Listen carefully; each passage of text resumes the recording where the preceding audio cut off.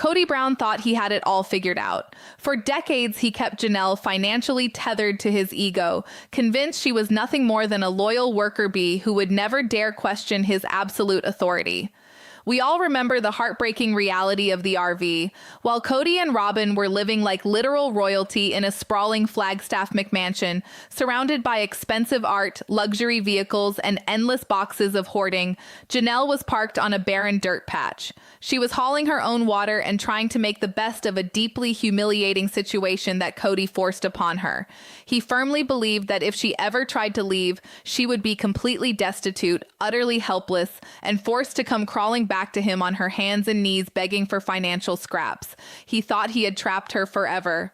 But oh, how the tables have turned. An explosive insider report is currently circulating that Kody's arrogant assumptions have just backfired in the most spectacular, financially devastating way possible, and it involves a secret bankruptcy panic that changes absolutely everything you thought you knew about the Brown family finances. Before we dive deeply into this jaw-dropping exclusive theory about Kody's absolute worst nightmare coming true in real time, I need you to do me a quick favor. Impress that like button and subscribe to this channel right now. You are watching the SW Daily, and we are bringing you the most explosive sister wives updates, rumors, and psychological deep dives on the internet. Make sure you ring that notification bell because you absolutely do not want to miss a single second of what happens next in this unraveling family drama.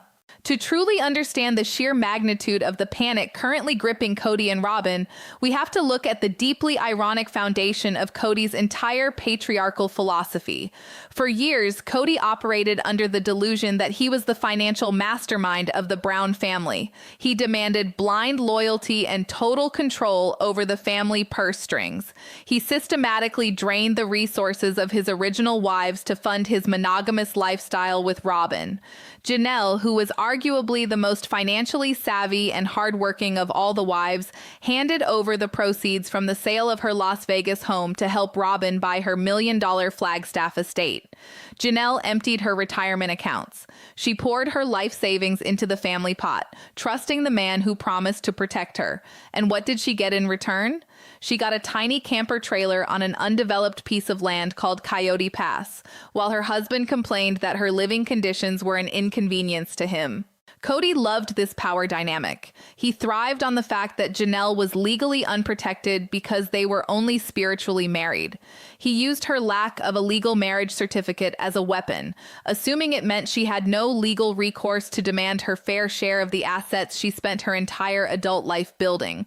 He thought she was trapped in a financial prison of his own making, a subservient cast member in the Kody Brown show who would simply fade into the background when he was done using her bank account.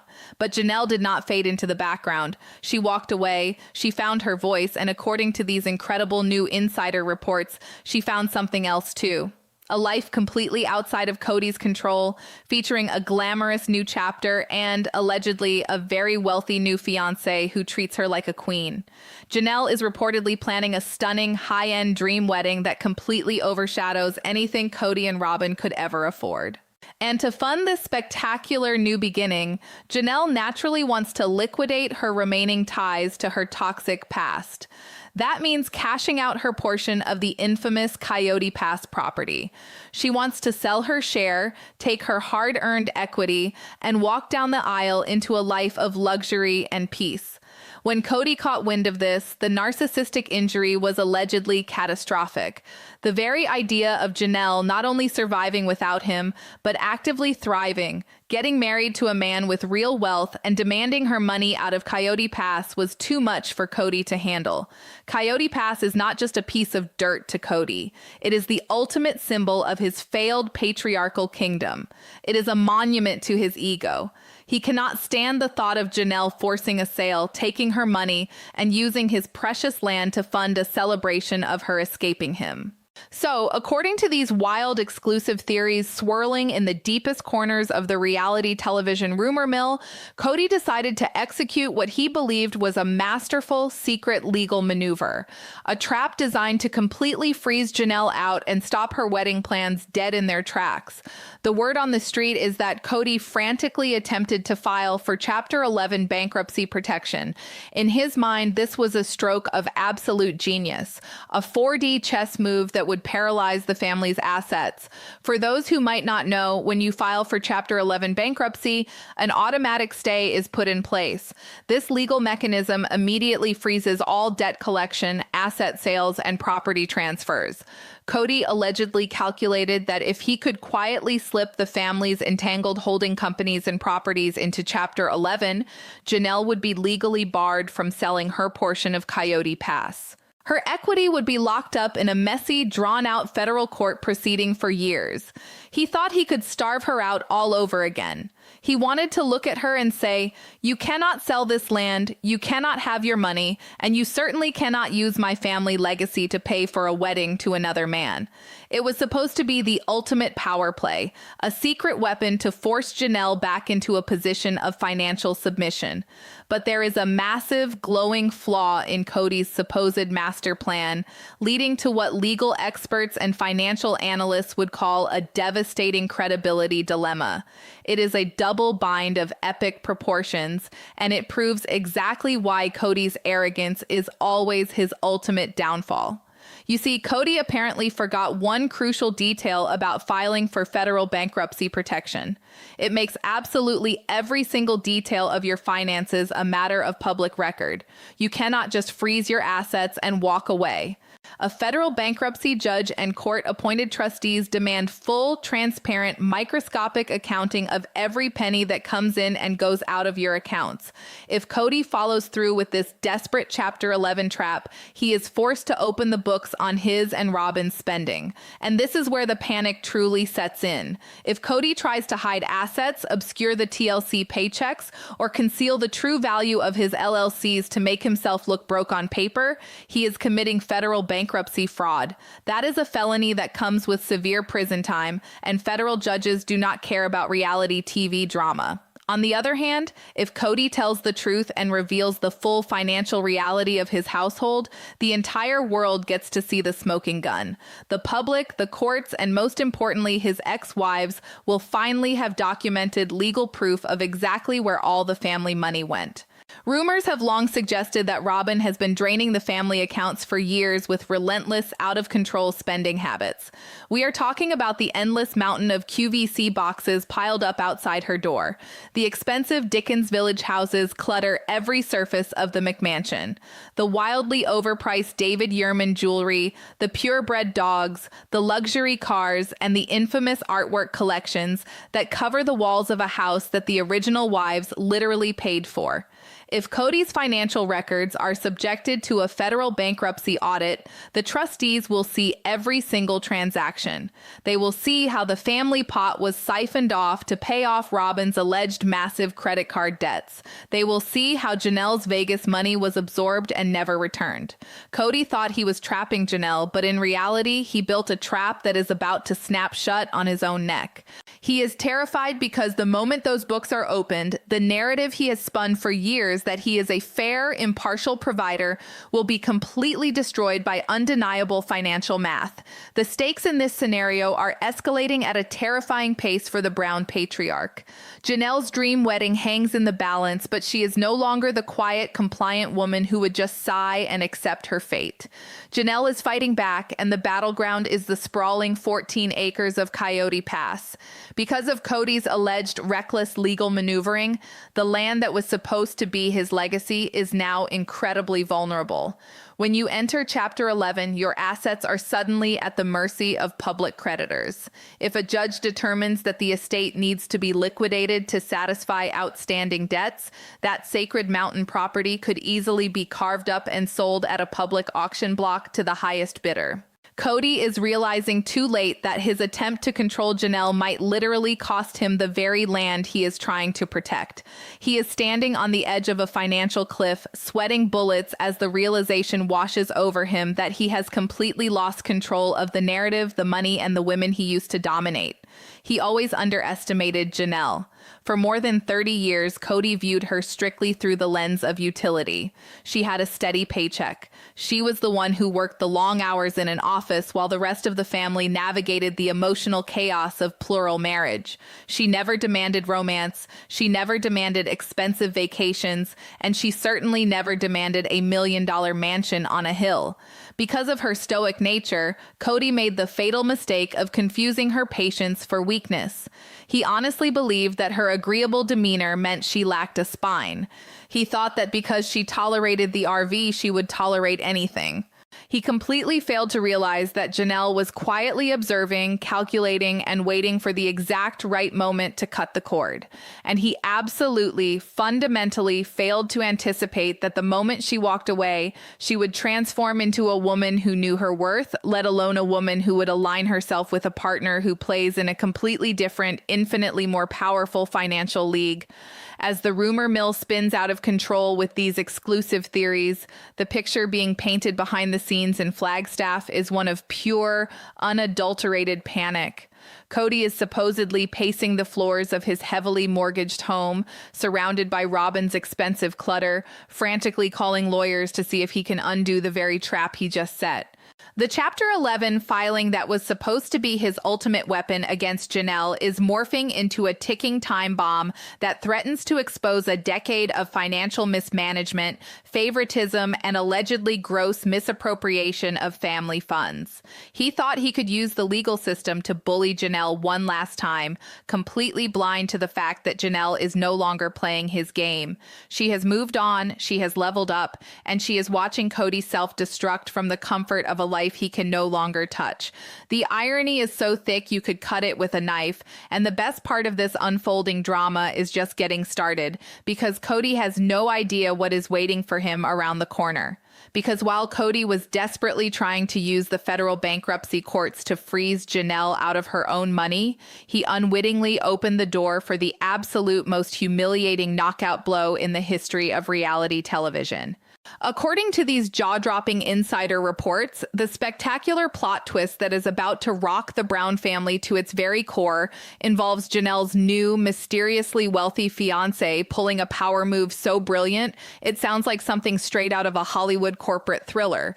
You see, when Kody allegedly started sniffing around Chapter 11 to trap Janelle's equity, he exposed his distressed financial underbelly. When you are drowning in debt, multiple mortgages, unpaid property taxes, and maxed out credit cards to fund a lavish Flagstaff lifestyle, your creditors hold the ultimate power over your life. And debt, as any savvy businessman knows, can be bought and sold. The rumor mill is absolutely exploding with this exclusive theory.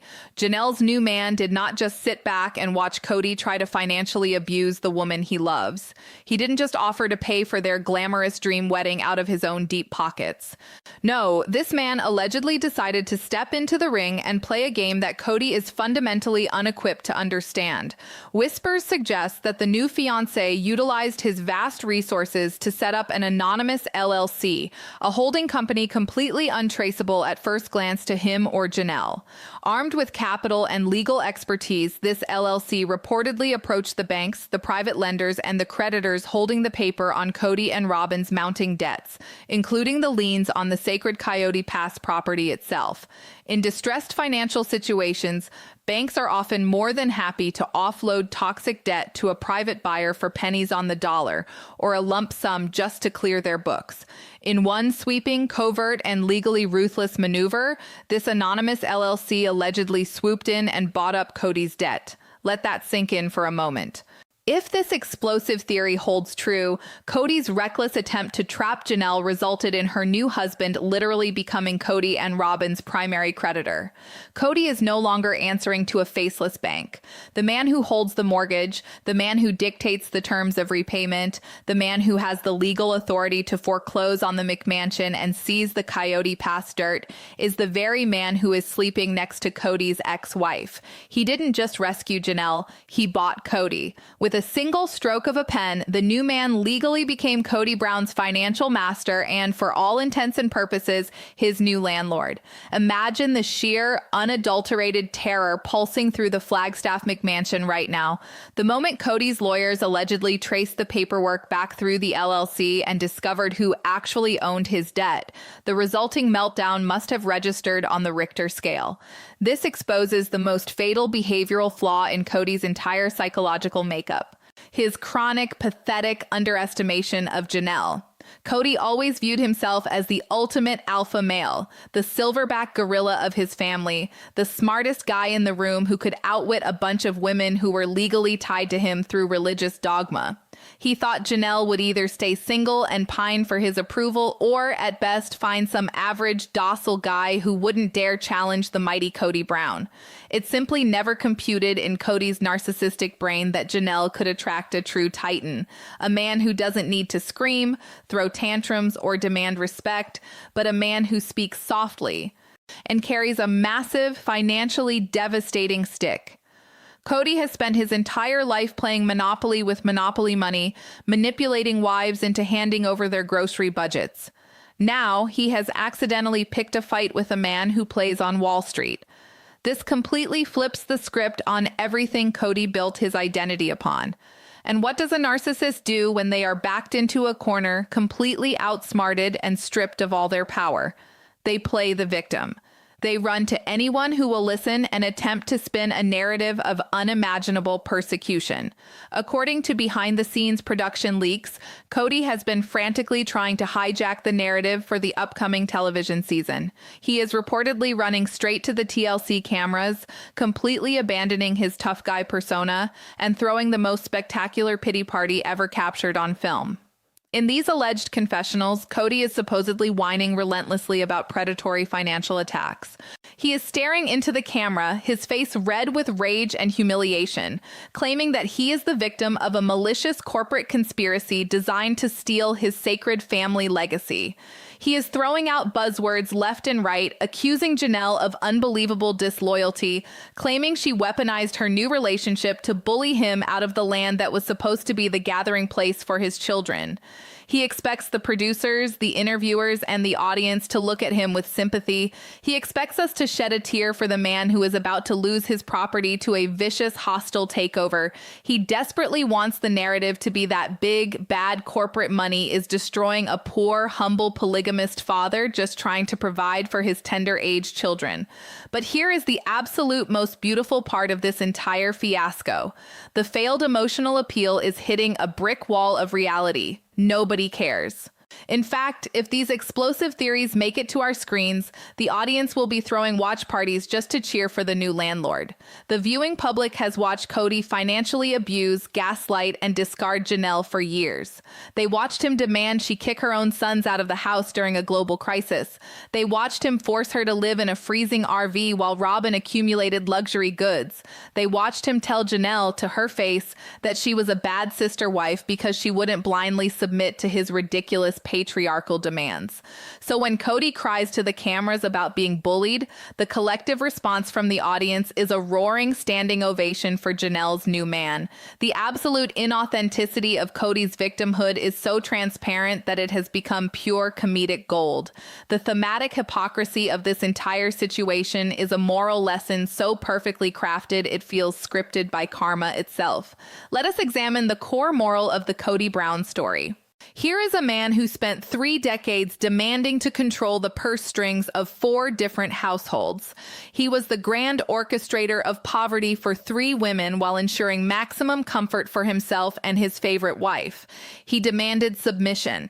He demanded that his wives legally divorce him, empty their 401ks, and sign over their home equity just to appease him. He used the concept of a united family pot as a weapon to keep them dependent.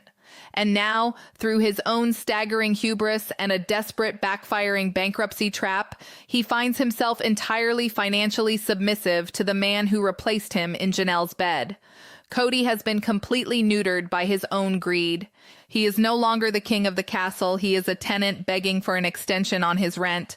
Every time Robyn wants to buy another hideous Dickens Village piece, every time Kody wants to buy another completely unnecessary sports car, they have to face the terrifying reality that their spending is essentially being monitored by Janelle's husband. The debt on their home, the very roof over their heads, is held by the man who is giving Janelle the life of luxury, respect, and peace that Kody actively denied her. It is the ultimate reverse card. Kody demanded that Janelle respect his authority, and now Kody is legally required to respect the authority of the LLC that owns his financial future. As the production crew allegedly scrambles to capture this unfolding disaster, the tension on set is said to be palpable. Robyn is reportedly in a state of perpetual hyperventilation, realizing that her days of unchecked spending funded by the original wives are officially over. She is watching the man she manipulated into giving her everything slowly disintegrate under the weight of an actual legally binding power dynamic he cannot sweet-talk his way out of. Kody cannot yell at this new creditor. He cannot give him a terrifying bug-eyed glare and demand loyalty. The new fiancé does not care about Kody's weird patriarchal rules. He only cares about the promissory notes, the interest rates, and ensuring that his future wife is fully, completely avenged. And as Kody spirals deeper into his public victimhood, screaming at the cameras about the injustice of it all, the trap he set for Janelle continues to slowly crush the last remaining fragments of his empire. The isolation of Kody Brown is no longer just a psychological state. It has become a cold, physical reality that he is forced to confront every single morning. According to these explosive, exclusive theories, Kody now spends hours staring out the windows of the Flagstaff McMansion, looking toward the horizon where the peaks of the mountain range loom over Coyote Pass. That land was supposed to be his fortress. It was supposed to be the location of his grand estate, the place where he would reign supreme over 4 wives and 18 children in a custom-built monument to his own legacy. But now, when he looks at that dirt, he isn't looking at his future. He is looking at a property that, according to these reports, he no longer truly controls. The crushing reality check has finally set in. He realized far too late that while he was busy playing games with family loyalty and spiritual contracts, Janelle and her new partner were playing for keeps in the world of high-stakes real estate and debt acquisition. Every time Kody steps foot on those 14 acres now, he has to deal with the sickening realization that the very ground beneath his boots legally answers to a man who replaced him. The mountain doesn't care about Kody's tantrums. The legal deeds don't care about his perceived divine right to lead. He is literally staring at his own failure in the form of undeveloped land that he can no longer afford to build on and can no longer stop Janelle from benefiting from. This is the ultimate isolation. He has Robyn, yes, but he has her in a house filled with the ghosts of his former life and the mounting pressure of a financial situation that is collapsing like a house of cards. He is a king with no kingdom, a patriarch with no followers, and a developer with no credit. The silence on Coyote Pass is the loudest thing Kody has ever heard, and it is telling him that his time as the master of the Brown family universe is officially over. This brings us to the absolute point of no return. The checkmate moment that concludes this entire saga. If these reports are accurate, the resolution of this financial war is nothing short of a total victory for Janelle. While Kody is stuck in a loop of victimhood and legal panic, Janelle is reportedly moving forward with a level of grace and success that he never thought possible for her. She gets her money. She gets her equity out of the land that she sacrificed so much for. She gets her spectacular wedding, a celebration of love and partnership that isn't built on a foundation of manipulation and subservience. But most importantly, she gets her revenge by simply living well. She doesn't have to scream at Kody. She doesn't have to fight him in the mud. She simply let him trip over his own greed and watched as he fell into the very trap he set for her. Kody's desperate bankruptcy ploy didn't just fail to stop Janelle. It effectively bankrupted his own power. He is now a tenant in his own life, a man who is legally and financially beholden to the consequences of his own arrogance. He tried to freeze Janelle's life, but he only succeeded in freezing himself in a moment of permanent humiliation.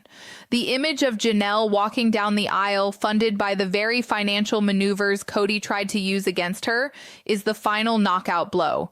It is the ultimate irony that the man who demanded to be the head of the household is now the one whose fate is being decided by the woman he tried to leave in the dirt. Janelle has won, Kody has lost, and the world is watching the final credits roll on his delusional empire. The lesson here is simple yet profound. When you build a life on the control and diminishment of others, your foundation will eventually crumble. Kody thought he was the architect of a dynasty, but he was actually just the foreman of a disaster.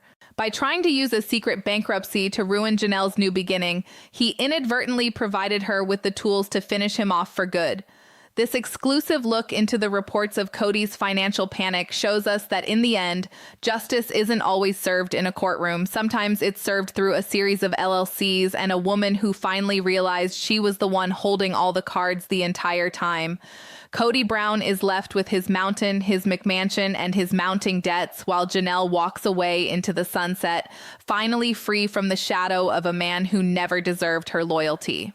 If you enjoyed this deep dive into the explosive rumors and exclusive theories surrounding Kody and Janelle's financial war, make sure you don't leave without hitting that like button and subscribing to the SW Daily. This story is evolving every single day, and we are committed to bringing you the most compelling, high-stakes updates and psychological breakdowns you won't find anywhere else. Do you think Janelle's new man really bought Kody's debt? Is this the ultimate revenge, or is Kody planning one last desperate move?